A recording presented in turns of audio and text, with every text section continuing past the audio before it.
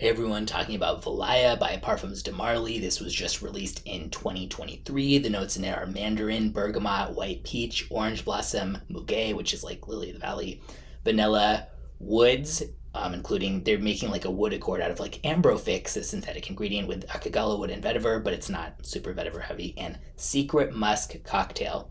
So very, very simple and basic scent profile, but that could be a good or bad thing. So I know that automatically sounds bad.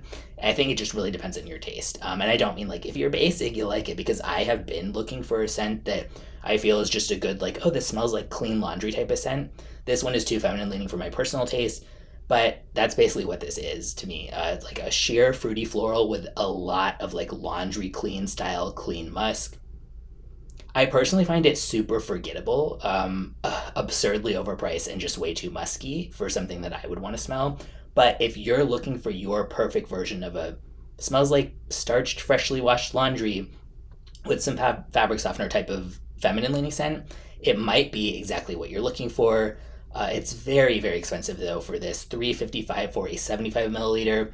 I'm very used to niche pricing, so that doesn't automatically make me think like, oh my god, like when I see, especially if I'm not buying it, when I see it.